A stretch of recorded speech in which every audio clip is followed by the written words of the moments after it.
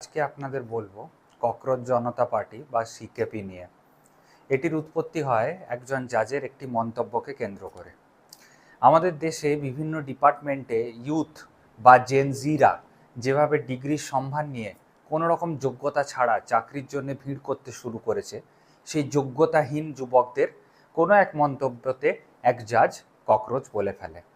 মুম্বাইয়ের শিবাজীনগরে থাকা এক ব্যক্তি, যিনি পড়াশোনার উদ্দেশ্যে ইউএসের বস্টনে থাকেন, তিনি ওই ককরোচ ওয়ার্ডটিকে কেন্দ্র করে ককরোচ জনতা পার্টি নামে একটি সোশ্যাল মিডিয়াতে পেজ ক্রিয়েট করে এবং ওই পেজটিতে তিনি জেনজি বা ইউথরা যে প্রবলেমগুলি ফেস করে, চাকরি নিয়ে, আনএমপ্লয়মেন্ট নিয়ে, কারাপশন নিয়ে, সেগুলি নিয়ে পোস্ট করতে স্টার্ট করে।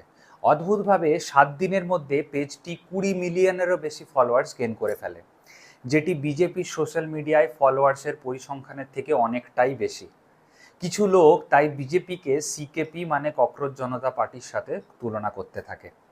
এখন কিছু লোকের মতে, যে পার্টির কোনো অস্তিত্ব নেই, যে পার্টির নাম ককরোচ দিয়ে, যে পার্টির উদ্যোক্তা এদেশে থাকে না, কিভাবে সেই পার্টিটি আমাদের জেন জি বা ইউথদের মধ্যে এতটা এফেক্ট ফেলতে পারে। এটি আমাদের কাছে একটি আই ওপেনার যে সোশ্যাল মিডিয়া আমাদের ইমোশন এবং ডে টু ডে অ্যাক্টিভিটিসকে কিভাবে কন্ট্রোল করে। আপনারা কমেন্টে অবশ্যই জানাবেন, জেন জি মানে ইউথরা কি ভবিষ্যতে সোশ্যাল মিডিয়াকেই তাদের প্রতিবাদের মেন অস্ত্র হিসাবে বেছে নেবে, নাকি কনভেনশনাল ওয়েতে মিটিং করে, মিছিল করে, অবরোধ করে আজকের মতো তাদের প্রতিবাদকে প্রতিস্থাপন করবে। আপনার মতামত অবশ্যই জানাবেন।